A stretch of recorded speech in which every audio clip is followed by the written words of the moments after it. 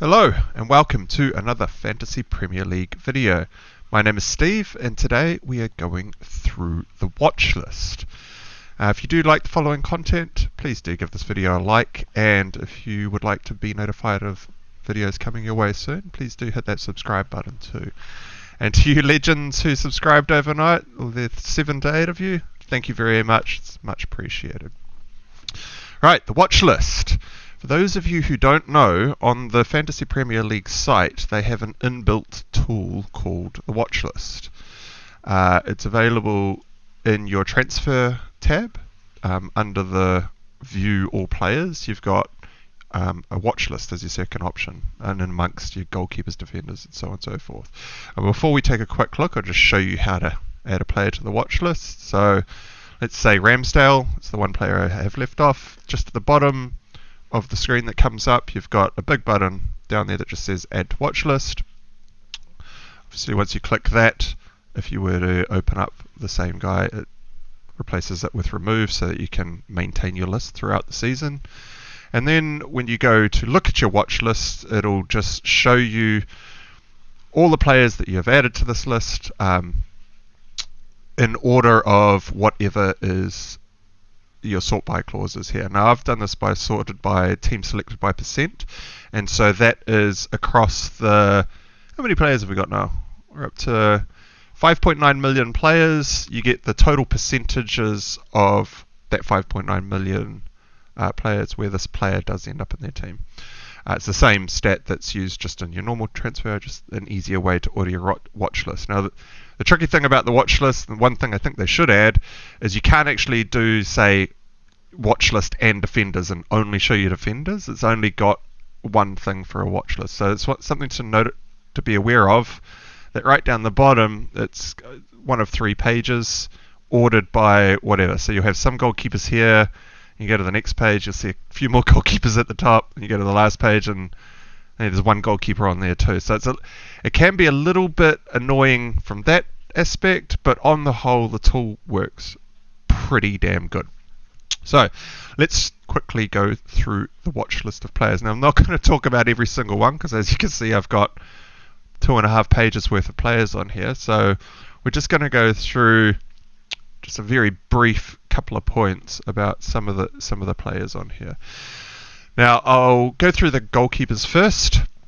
I am only looking at servicing one playing keeper at the moment in the 4.5 million price bracket. However, at some point in the season I may look at going up to the 5 million price point, and so I have added the keepers on here that would service that if I am going to move up and sink some more money into goalkeeper, which I don't typically do because goalkeepers' ceilings are very limited. These kinds of players you'd be looking at for maybe like a double game week, or if you're dead ending a team.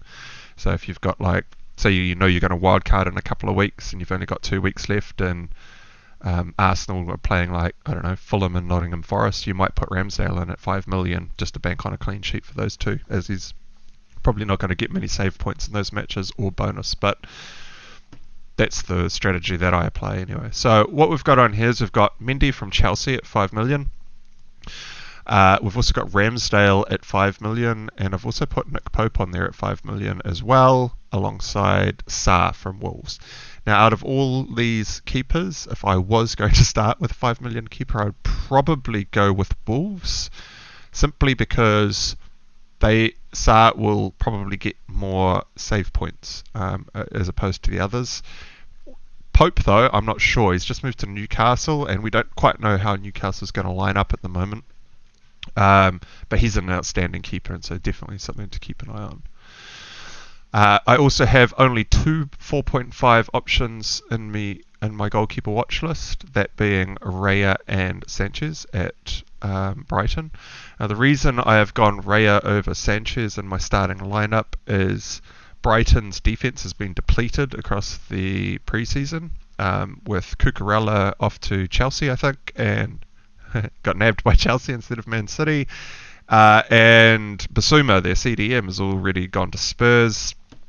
And if you actually have a look at the Brighton lineup, so Cucurella's gone. They've got Lamptey, but I think he was injured. Lewis Dunk's obviously your main man, captaining the side. Duffy will be out there, but some of these other players I don't really know too well. I don't know this guy Clark. I don't know this guy Van Heck. Veltman is a one-off player, but as you can see, they're very, very depleted in defence. And so if you are going with any Brighton players, because the first two games are okay, their run-in is quite comparable to Brentford. Sorry, the first game's terrible, but then they go okay. So it's Newcastle, West Ham, Leicester, Fulham, Leeds, Fulham, Leicester, sorry. Reread that again. So it goes Man United, Newcastle, West Ham, Leeds, Fulham, Leicester, Bournemouth, Crystal Palace for the first 8 game weeks. That's pretty decent, and you would assume that you're going to wildcard somewhere in there.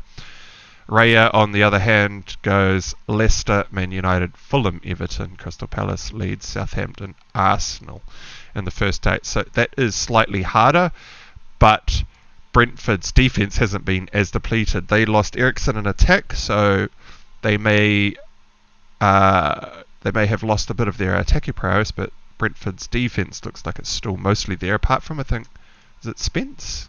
Spence might have moved across to Tottenham. Just on an aside, have a look at how many defenders Spurs have. For you lads out there, or lads and lasses, I don't know, lasses, that are actually going for more than one Spurs defender. 2, 3, 4, 5, 6, 7, 8, 9, 10, 11, 12, 13. They've got 13 players listed in defence.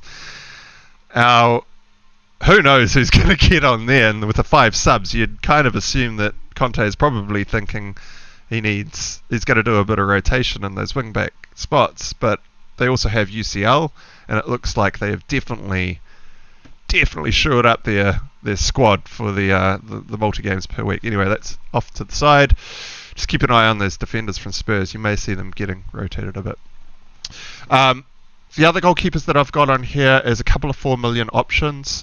There's 3 of them in there at the moment, which is Ward and Iverson, who are both from Leicester, and with the final guy being Gazzaniga from Fulham. Now, the reason Gazzaniga is sitting there at the moment is he is the only backup for the Fulham keeper and is actually just the highest selected goalkeeper in the 4 million bracket when I added him. Now, what has changed overnight? Iverson has been added to the game. He came in at 4 million, with Leicester likely selling Schmeichel to the Italian league? Forget which league he's going to. But Brendan Rodgers had dropped a comment that Ward is looking like his first choice, even though Iverson has come along, but that they also may be looking for another goalkeeper as another backup. And so if you're reading between the lines, and if you do believe what Brendan Rodgers says, because sometimes managers do like to drop comments that are completely bullshit, hey, fair enough, if you want to put your opponents off. And so Iverson may potentially be the top goalkeeper here, but they will definitely be battling it out if Schmeichel does walk away, with Ward being the most likely number 1 keeper at 4 million. And so even if he doesn't make it, I need a 4 million spot in my team anyway, and so I just go with the most likely keeper that may potentially play across the season. Last year we had Ben Foster from Watford who nabbed that spot, and it's quite handy a little bit later on for them to fill in when you need to. I could even go and play Ward first game up, as Leicester do play Brentford, and I would say Leicester are probably more likely to keep a clean sheet there, but if Raya does sneak a clean sheet, he is known to be in the bonus for that Brentford team, and so it's no longer a 4-point clean sheet. It's more likely a 6-point clean sheet. So with appearance points, you're looking at 8 or so. If we go down to the defence, obviously I've got all the players that are in my starting lineup are on the watch list. So the way I use the watch list is something that I found out that FPL General does. For those of you out there who know FPL General, he is an outstanding FPL manager. He was on a podcast with, I've watched so many podcasts I can't remember exactly which one. Sorry guys, I did want to do a shout out, but he only ever makes his trades from the watch list. So if he's buying a player, he's only ever buying off his watch list, and that helps him. He said it helps him get rid of the noise. It is really good to focus in on just the key set of players to make sure that when you do make the trade, you don't accidentally forget about someone that you have potentially had in your squad or looked at prior and maybe going under the radar. So it's always a good idea to just have a little look around to see who else you could be buying when you are trying to lock in that transfer for the week. And so Alexander-Arnold, Cancelo, James and Zinchenko are obviously all on my watch list because I still haven't finalised my team yet, but if I might potentially switch out one of these players, but they may want to be coming back in game week 2 or 3, so they're obviously still on my watch list. Perišić is obviously on my watch list, having started the last match for Spurs. I am waiting to see his fitness. I would like to give him the first 2 game weeks to see him play a full 90, see how much he gets rotated with Conte, especially with that amount of defenders sitting on the bench. But also I want to kind of see his impact on the game. He was very, very, very high up, sitting very high on the wing, shooting as well, which is what we love to see. But I'd just like to see him bed into that team first, get a bit more fluidity amongst the players, because I'm still a little bit unsure about the Tottenham attack. It might be because they're just getting used to the new players and the new system and how high players are meant to press, but yeah, give them a couple of games. Game week 3, game week 2, the Spurs go to Chelsea, which is a very difficult fixture, but then they're at home to Wolves, away to Nottingham Forest, away to West Ham, and home to Fulham in the next 4. So that's actually a relatively good run before they go and play Man City. You'll also have a relatively good idea how often he's been getting rotated or if he's actually in for the full 90. Nico Williams is on the bench as the most outstanding £4 million defensive option, and I see him in pretty much every single draft on the bench because he will be playing. And he will be coming off the bench for some points, probably not so much at the start of the season though, because they have a relatively tricky run. I could probably see a clean sheet against maybe Everton and Bournemouth and maybe Newcastle game week 1, although we'll see what Newcastle's up to. But apart from that, I'd expect they're probably going to be conceding. So any points coming off the bench from Nico Williams will most likely be a 2. Just something to keep in mind. I've then got in the 5 million defensive bracket Matty Cash. Also got Luca Dean on here. Will be on page 2 probably. This is actually ordered by team selected by percent, and Matty Cash scored more points than Luca Dean last year.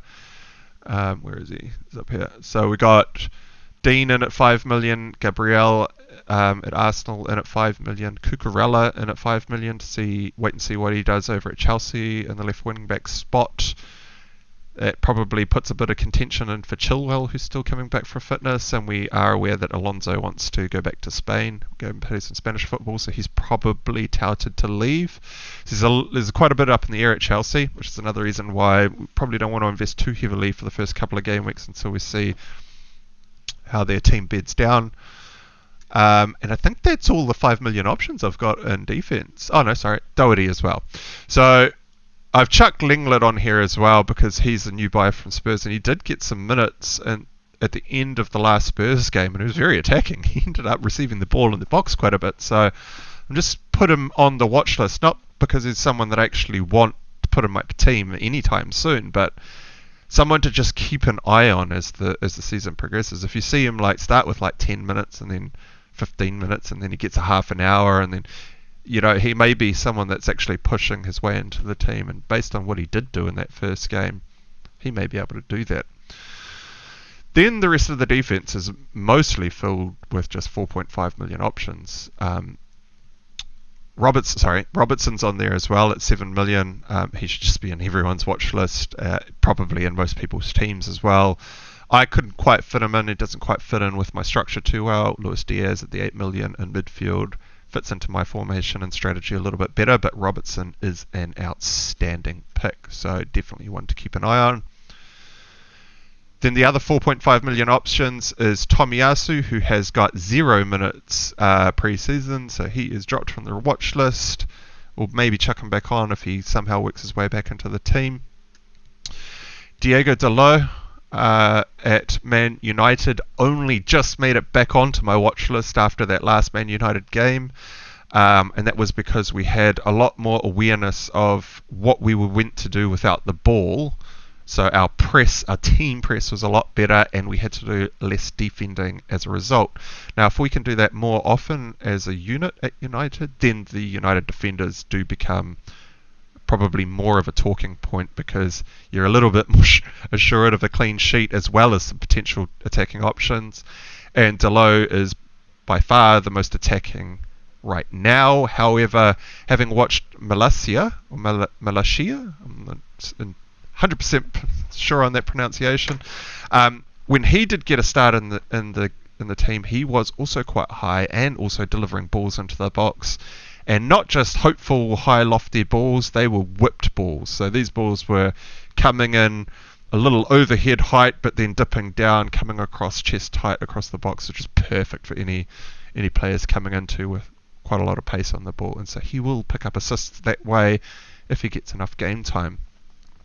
Justin has also made it onto the watch list for Leicester as a 4.5 million option. The Leicester fixtures do turn game week 6. They go Brighton, Villa, Tottenham's not great, but then Nottingham Forest, Bournemouth, Crystal Palace, Leeds, Wolves is an amazing run. So for those of you that are looking to wildcard in game weeks 5 to 8 or 9, which is leading up to the first half of the season, so the first quarter, you may be looking at the Leicester options there. However, if your team is doing really well and you don't need a wildcard, you may want to sneak a Leicester player in along the way to be ready for that run in later. Now, I've actually put Castagne in my team to start with as my rotating 4.5 million only playing bench option. And the reason for this is this man was so high up the pitch in that Leicester game. I was like, hey, wait, hold on, isn't he meant to be a defender? What the hell's happening here? And he was actually playing right wing. And then I think it was maybe about 60 minutes in, somewhere around there, somewhere in the second half, the right back got injured at Leicester, and then Castagne went from right wing back to right back, which was where I thought he was mostly meant to be playing, and actually filled in that spot. So he wasn't even actually playing right back and just sitting far forward. He's actually playing on the right wing spot. And so 4.5 million, if he's going to continue there, is great. And could potentially rotate in for me on that tricky game week 3 fixture when Liverpool play Man United. And there's another awkward game week 3. What's the other one? 2, 3.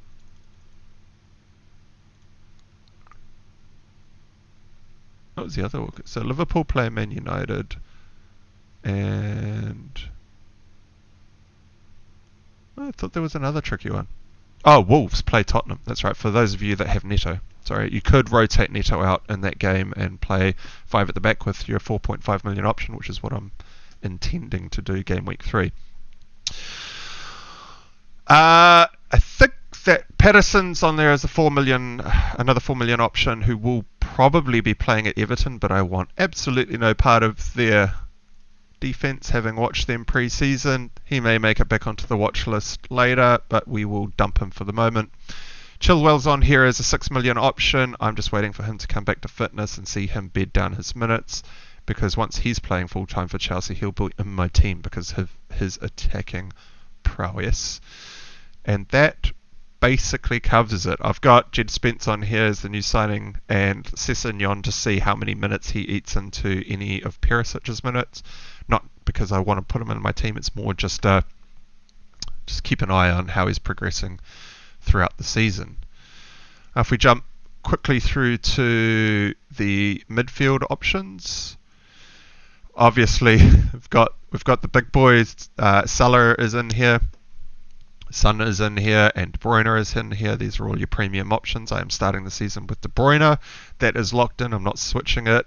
He will be in instead of Haaland.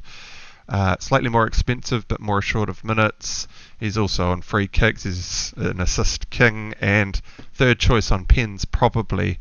Mahrez being first choice if he's on the pitch. Second choice might fall to Haaland. It probably will. But then third choice will probably be De Bruyne, so he may actually get a couple of pens throughout the season 2.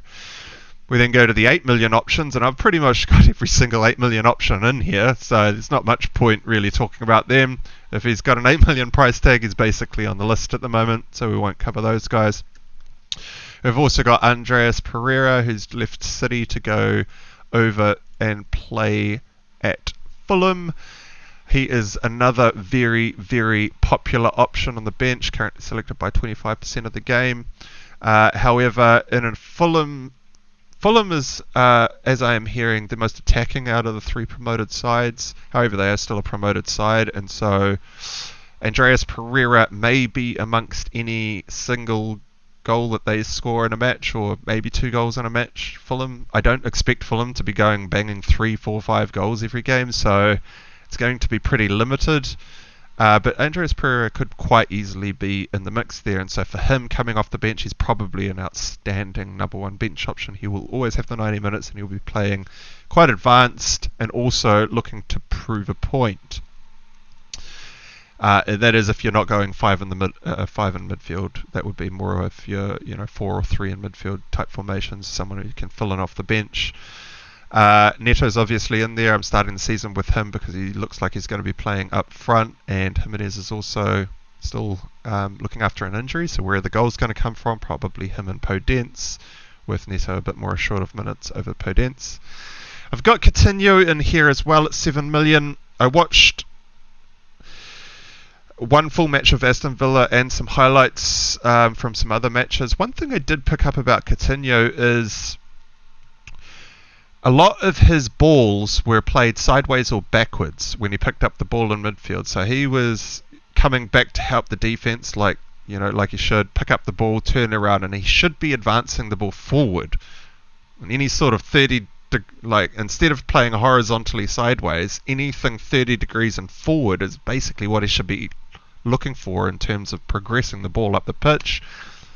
But I was just counting his passes, and all of them were passing backwards. I mean, he's going to do great for passing stats, but I want to see him turn and run at players and lay the ball off and continue his run and receive the ball back again. But he wasn't doing any of that. So maybe he wasn't quite fit enough. Maybe he wasn't quite trusting in the players in front of him. Who knows? But I'd like to see a little bit more aggression from him before I start locking him into the team. But he's an outstanding player, and so he definitely makes the watch list. Ødegaard is in there next to Saka and Martinelli. Ødegaard I don't suspect will make it into my team. He is not really known for his goals, but more of his assists. But he is more of a feeder, really. He's the key that helps Saka, Martinelli and Jesus running and around him. And so I think you'll find most of the points will land across that front 3 rather than Ødegaard, although he probably will sneak a few assists in there. I'm not too sure why he's been priced higher than Martinelli. I mean, Martinelli is stupidly cheap. He should be about 7.5 probably. So why you'd pay more for Saka or Ødegaard, I'm not entirely sure, unless we know for sure that Saka's on pens, which we're still up in the air on, because it looks like the last 5 pens that have been taken at Arsenal have been from the players that actually won the penalties. So who knows who's actually taking penalties there. It's probably Saka, but I've got this back feeling that Arteta has a soft spot for Martinelli, just because of last season and the amount of times that Martinelli stole minutes off Emile Smith-Rowe. Emile Smith-Rowe was playing awesome off the bench, coming on, scoring a goal, scoring 2 goals, and he just never got a start. It was almost like Arteta was like, yeah, Martinelli's still better. I don't know why. Maybe Smith-Rowe is just not doing the running that Arteta wants them to do. I'm not too sure, but 6 million price point for Martinelli, ridiculously cheap. We've also got, is it Leon Bailey? Yeah, Leon Bailey in here from Aston Villa, 5 million. He's in a lot of squads too, playing in the front 3 of a 4-2-3-1 formation. Aston Villa's first 2 games are great, but then they have a slightly trickier run of fixtures. So they play promoted Bournemouth and Everton at home, who I am targeting for early fixtures. But then they go away to Crystal Palace. I know the official site has got this down as a fixture difficulty of 2, but Crystal Palace at home is not an easy game. Excuse me, it's not an easy game. Then they go West Ham, Arsenal, Man City, Leicester. So that's absolutely horrific.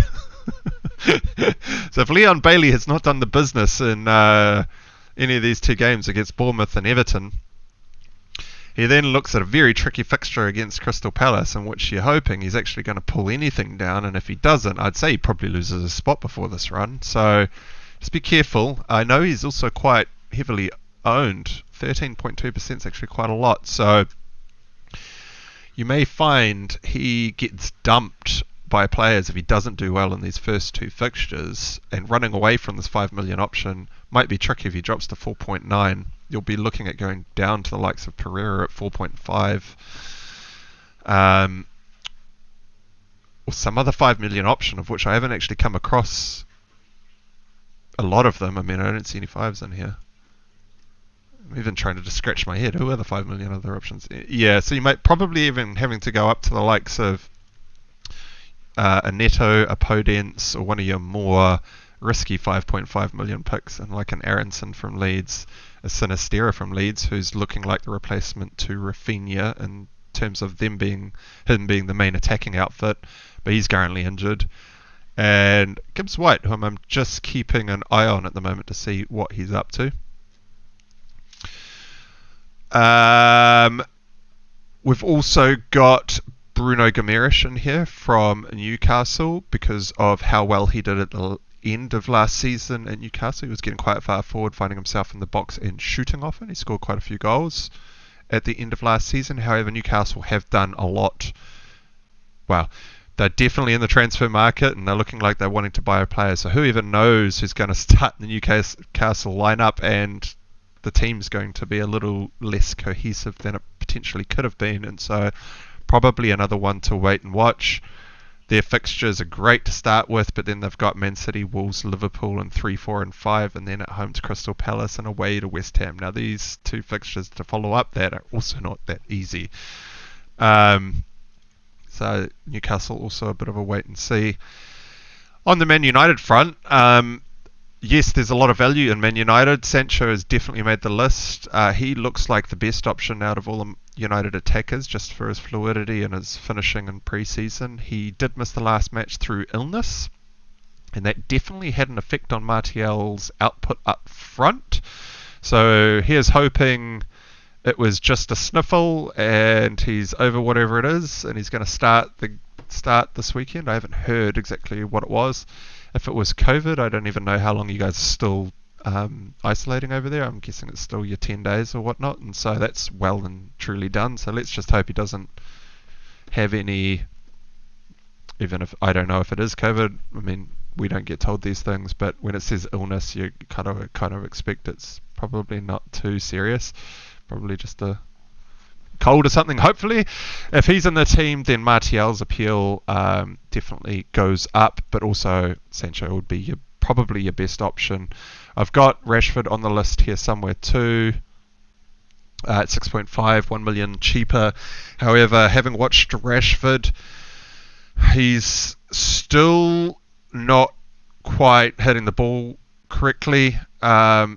He's picking up the ball in good spots. He's running at defenders, and he is cutting in to shoot, which is exactly what we want to see. We're not seeing the typical Rashford strike yet. A lot of his shots have been straight at the keeper or wide of goal. There's also been a couple of times when he has cut in, knowing that he's got an option to shoot, and he's not even looking up at his teammates who are sitting far post and open. So he's not quite aware of what's going on in the game yet, and I would like to see him get a little bit more confident in what he's doing. Even the goal he scored was a volleyed cross. There was a cross that he volleyed, came off his shin, ricocheted off a defender and went in the goal. And although it does get a 1 goal notch against his game, which does help, he will still be thinking in the back of the mind, Jesus Christ, that was lucky. I completely mishit that shot, and that will be playing on him as a striker. So I'd like to see him come up against the keeper, use a side foot, slot at far post as if it was nobody's business, and then I'll start looking at the likes of Rashford. But until he starts doing things like that, I think we just leave him on the back burner. He may also be the sacrificial lamb if Ronaldo doesn't go and does. If he's still in Man United, when the transfer window closes, there's no way that Ronaldo won't play, and so it'll be interesting to see how he fits into the formation. If Rashford is still not quite up to speed, you may see Martial go back into Rashford's spot and Ronaldo come on up front, which is something to keep an eye on. We've got Jarrod Bowen in here as well. Obviously not for the first fixture against Man City. That is quite crazy. He did score against Man City last year, but Man City did have a depleted side when West Ham played them. I think they even had Fernandinho playing centre back or something. They had a terrible problem with defensive injuries last year. But after the Man City game, they go Nottingham Forest, a depleted defensive Brighton, Aston Villa, Tottenham's not great, and then Chelsea's not great, and then Newcastle, who are rebuilding, and Everton, who are another team to target. So it's a bit up and down, but from game weeks 2 to 8, you've only got 2 real tricky fixtures. So it's an okay run to be considering the likes of Jarrod Bowen at West Ham. I haven't watched too much of West Ham. They've got a new lad up front, Scamacca, I believe, and I'm hearing that he looks like he could be quite good. So Antonio's legs may not need to hold out a full season, which is great, because every time you see him go for a sprint and you own him, you're just hoping that he doesn't pull up with some sort of hamstring injury. We've got Sterling on here at 10 million. The only reason that he is sitting in there at the moment is because it looks like he's playing as a false 9 when they have the ball. Chelsea don't have any recognised out-and-out striker apart from Michy Batshuayi, and I think they got Havertz playing up front. He's not a known striker. They had someone else. Anyway, this guy's probably not going to be playing as your main man up front, and so it looks like they're relying on Sterling to do a false 9 role for Chelsea, which he did do at Man City in the past, so he is familiar with the role, but it does require Chelsea to kind of play almost 2 complete different formations, which is a 4-2-3-1 in defence, with Sterling out on wide and doing a lot of defensive work, but then when they get the ball, he's trying to dart into midfield, and then the left back's trying to come up to fill in his position. They rotate kind of the whole way around, and if they get the hang of that, Sterling at 10 mil playing up front could be awesome. Something definitely to keep an eye on, though. Chelsea is still bedding down their team. There's still all sorts of transfer rumours of who's going where, so again, it's just something for the watch list, something to keep an eye on, right? We've got both Foden and Mahrez in here. They're both at 8 million. Foden's probably the outstanding pick. Pep loves him because he's such a malleable player, I suppose. He could play in pretty much any position and do the job quite well. So I suspect he will get quite a lot of minutes. You may see him coming in to do a lot of the running for Haaland potentially. And who knows? Maybe he might even be vying for Mahrez's spot out on the right. Probably more likely Grealish on the left. And a front three of Mahrez, Foden, Haaland sounds lethal, with Kevin De Bruyne sitting in behind. He looks like he's playing in a number 10 role in some situations in that Community Shield match, so that's obviously boding well for the attacking outfit at Man City. We've also got Jay Lings, bit of a nostalgia pick. He's moved across to Nottingham Forest. He will get a lot of game time, and if he does anything like he did when he went on loan to West Ham that season, he could be an absolutely outstanding pick in the £6 million price point. But Nottingham Forest have a pretty tricky run in. You probably want to wait till about game week 6 before you start looking at them, as they go Newcastle, West Ham. Okay, Everton's an okay game, Tottenham, and then Man City. But then they go on a pretty nice run of Bournemouth, Leeds, Fulham. So it's 2 promoted sides, and Leeds, who I think they will be close to relegation this year. Then they have Leicester, but then Aston Villa, Wolves, and Brighton. So that's a pretty good run from game week 6 for those of you that are looking to wildcard around then. Shout out to Sonaldo and Price on the Burning Questions podcast on Fantasy Football Scout. They did an amazing live stream last night on potential places to do your first wildcard. There's a very aggressive approach of wildcarding in about game week 3, 4, or 5. Then there's the slightly more probably common approach to wildcard between game week 6 and 9. Game week 9 is when the international break kicks in, and it's roughly halfway before the actual World Cup starts. And then a couple of more unique options, whereas if your team is doing really well and you don't even need a wild card, there's some really aggressive plays to use a wild card a little bit closer to the World Cup. If you guys want to go watch that, go and check it out. Burning questions on Fantasy Football Scout. There's no point in me going through all that. Those guys covered it extremely well. So we still do have Grealish on here at 7 million. Sitting next to Madison at 8 mil. Quick note on Madison, he is some clubs are interested in purchasing Madison. I think Newcastle will put a couple official bids out for him, and Leicester have declined both. If Leicester do lose Madison, I lose all hope in their attack. He seems to be the absolute key to any of that working. I do not know who they would replace him with. And so if he does go, Leicester will need a proper relook at, but if not, he could be great at Leicester or wherever he ends up. To be honest, Madison is a viable option pretty much wherever he plays, as long as he's getting the minutes. Let's say if he went to, say, City and was playing off the bench, then maybe not so much, but I would suspect he'll only go somewhere where he actually gets the full match time. Grealish, as I mentioned, will probably start the season, but could be competing with Foden out on the left-hand side, so he's more of a wait and see. Eriksen, I would love to see starting in United colours, as he is just an absolute goat when it comes to creativity, but the way that we're lining up, I suspect he's going to be more of a impact player coming off the bench, and maybe even playing a little bit more of the midweek fixtures. Wait, hold on. Do they have midweek fixtures? Why am I thinking that they finished outside the top 6? Man, I should know this. No, they did finish 6th, yeah, so they're Europa spot. So they do have midweek matches. That's why I think you'll see Eriksen probably getting a lot more game time when they do have mid-game weeks, which start in game week 5. So game week 5 is the first midweek fixture when you actually play midweek on a Wednesday. And so for those of you who do look to wildcard in and around 5, 6 and 7, just be careful that game week 4 is on Saturday, the next deadline's a Wednesday, and then the following deadline for game week 6 is that Saturday. So you will have to make decisions very quickly if you are going to wildcard within these weeks. This is a very quick turnaround time, so definitely keep an eye on that.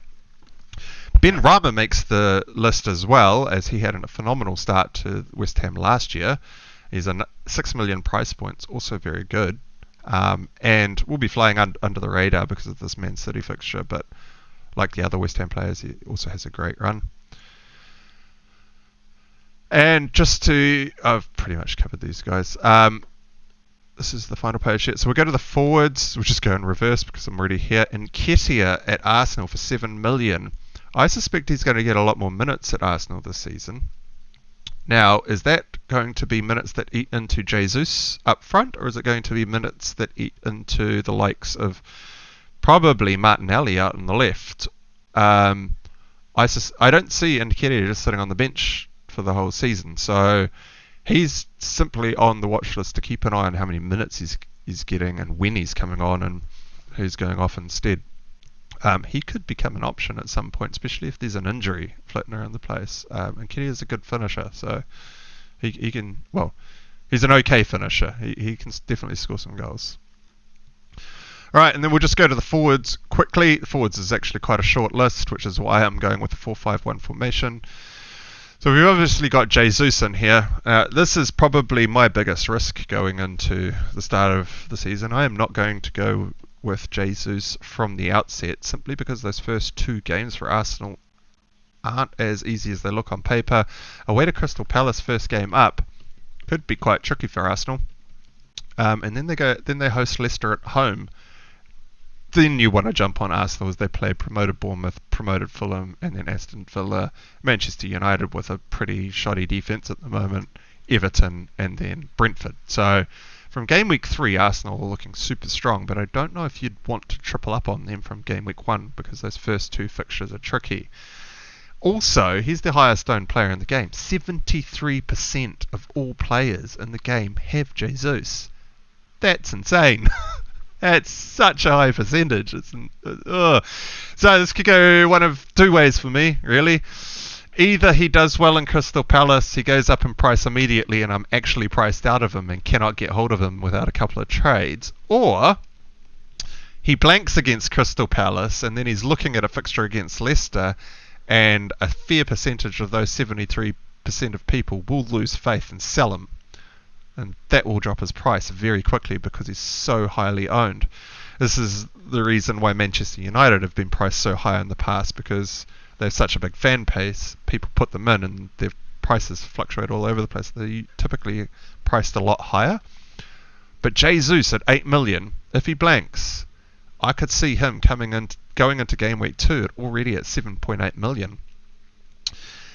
Now he might pull that back against Leicester and maybe he gets back up to his 8 million, assuming that he does blank in game week 1. But I might be able to pick Jesus up in game week 3 for like a 7.8 or a 7.7 million, which would be awesome for their run up against the promoted side. So could go one of 2 ways. It's a little bit risky, and I'm actually going to start with Martial start the season because I think Martial can keep up with Jesus across the first 2 games. Martial is the only transfer that I am booking in for this team. I would not recommend anyone book in any transfers. 1 is probably already a bit too much. What you really want to do is just get a team of players together that are going to sit out 4 weeks no sweat, because what happens in FPL? All sorts of shit happens in FPL. Players get injured, players get dropped, games get called off, all sorts of stuff happens. And so if you've already booked in a transfer and something else happens, you're already taking a hit. And if a price changes too much, you might be taking 2 hits, and then all of a sudden your 1 booked in transfer ends up as a -8 and you're already behind the ball. So typically I do not try to book in any transfers. However, on the Jesus front, I'm taking a little bit of a gamble that Arsenal don't go and smash Crystal Palace or Leicester, and that his price does drop. And the 1 million that I've left in the bank for this team means that I could go from Martial to a 7.8 million Jesus, have the extra 0.2 million sitting in my bank, or it goes completely wrong and he goes up to 8.2 and I just cannot get on him for that run of fixtures without a couple of trades. So this is why the rest of the team is relatively locked in, and I'm going to try and go through game week 1 without a transfer to build up 2 for game week 2 in case I do need to deal with any price rises that have or have not happened. I suspect we'll probably have 10 million players in FPL this season. Last year we got to 9.1 million, I think. And so the price changes and the market will fluctuate a lot more heavily at the start of the season, with everyone being engaged and a lot more managers. So this is also why I've got Archer and Plange as my 2 non-playing 4.5 forwards. The reason for that is Plange is just owned by no one. Is he owned by 1.9% of the game?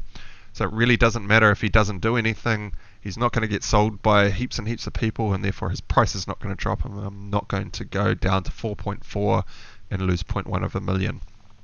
So in the market, if your player loses value, you instantly lose value. So if he's 4.5 and he drops to 4.4, that 0.1 million is gone burgers. You cannot get it back.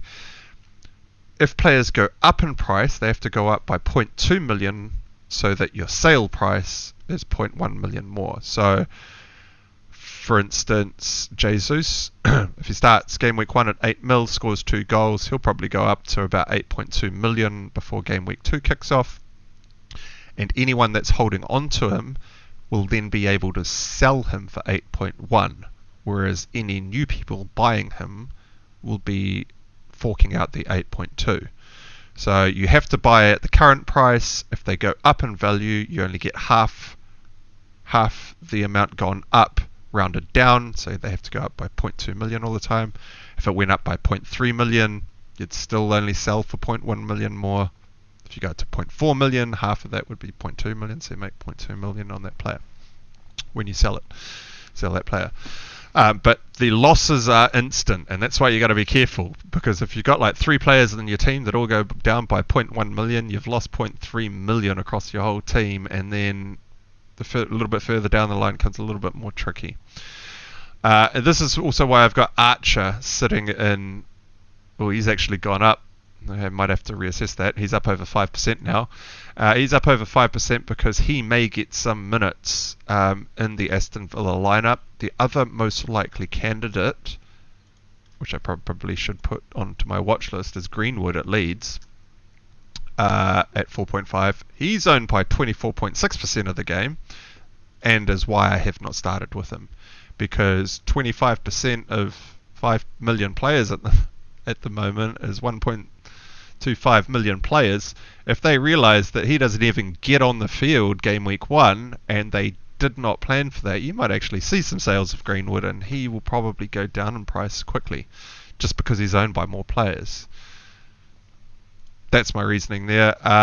Because I am actually playing a 4-5-1, which is quite a different formation to most of the drafts that I am seeing out there, my aggressive style and having 2 dead bench spots does require me to have a strong other bench member, but also considering price points and market impacts on my overall squad value. So you can see down here I've only spent 99 million with 1.0 in the bank.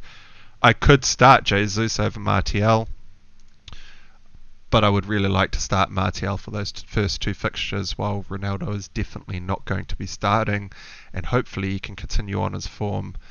He will do the job that Ten Hag is asking of him as well, and may secure his minutes a little bit more than potentially Ronaldo. But Ronaldo is Ronaldo, and so I am well aware that he could just not even start game week 1, and I could be a little bit screwed, because when you play 4-5-1, the bench member in Castagne, if Martial does not play, cannot come in, because I cannot play a 5-5-0 formation. It has to be Archer or Plange that comes off the bench if Martial does not start. Neither of them play, and so that is my risk in not going with Jesus game week 1. However, I just want that 1 million in the bank to potentially play around with the rest of the team. So that's the watch list. That's the list of players that I have built up across pre-season. There's probably a couple of notable mentions in there that I have not included, but for the sake of length of this video, I have decided not to discuss them. So if you made it this far through, please do give this video a like, and if you would like to keep in touch with more videos coming your way, please do click on the big red subscribe button and hit that bell icon so you get notified about everything that is coming your way. And until next time, thanks. I'll see you again soon. Cheers.